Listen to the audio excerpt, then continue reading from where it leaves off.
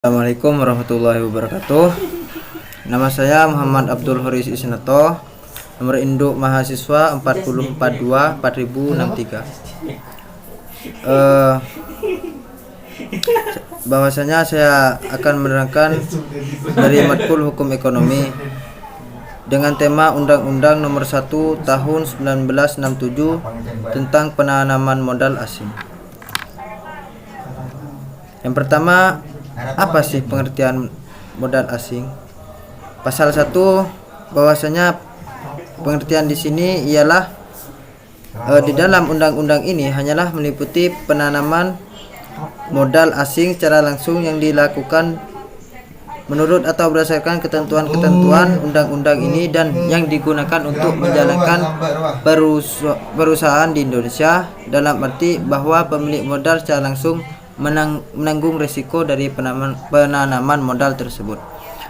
Sekilas yang tahu dari setahunya saya bahwasanya penanaman modal asing adalah kegiatan menanam modal untuk melakukan usaha di wilayah negara Republik Indonesia yang dilakukan oleh penanaman modal asing, baik menggunakan modal asing sepenuhnya atau berpatungan dengan penanaman modal dalam negeri.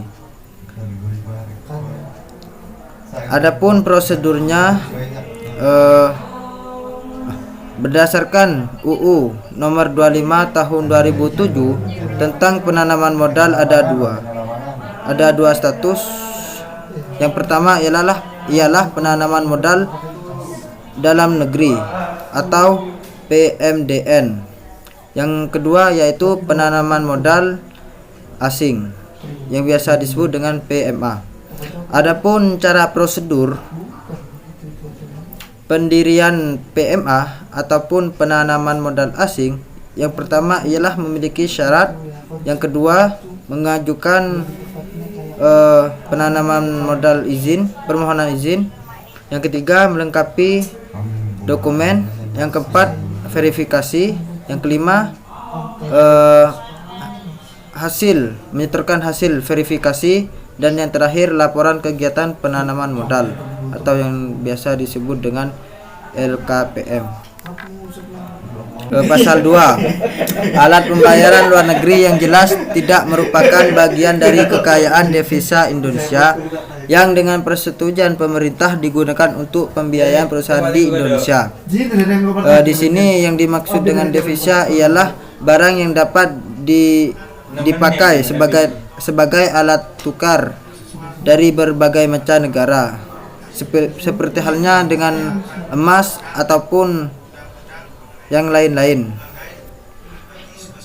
Yang B, alat-alat untuk perusahaan termasuk penemuan baru milik orang asing dan bahan-bahan yang dimasukkan dari luar ke dalam wilayah Indonesia selama alat-alat tersebut tidak dibiayai dari kekayaan devisa Indonesia. Yang C, bagian dari hasil perusahaan yang berdasarkan undang-undang ini diperkenankan ditransfer tetapi dipergunakan untuk membiayai perusahaan Indonesia. Di sini hukum kedudukan dan daerah berusaha.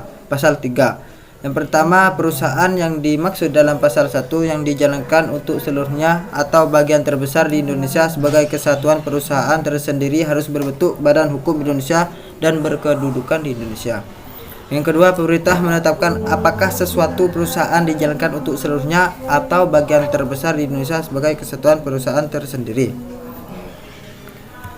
Baik, selanjutnya yaitu pasal 4, pemerintah menetapkan daerah berusaha perusahaan modal asing di Indonesia dengan mengendalikan perkembangan ekonomi nasional maupun ekonomi daerah, macam perusahaan besarnya, penanaman modal, dan keinginan pemilik modal asing sesuai dengan rencana pembangunan ekonomi nasional dan daerah.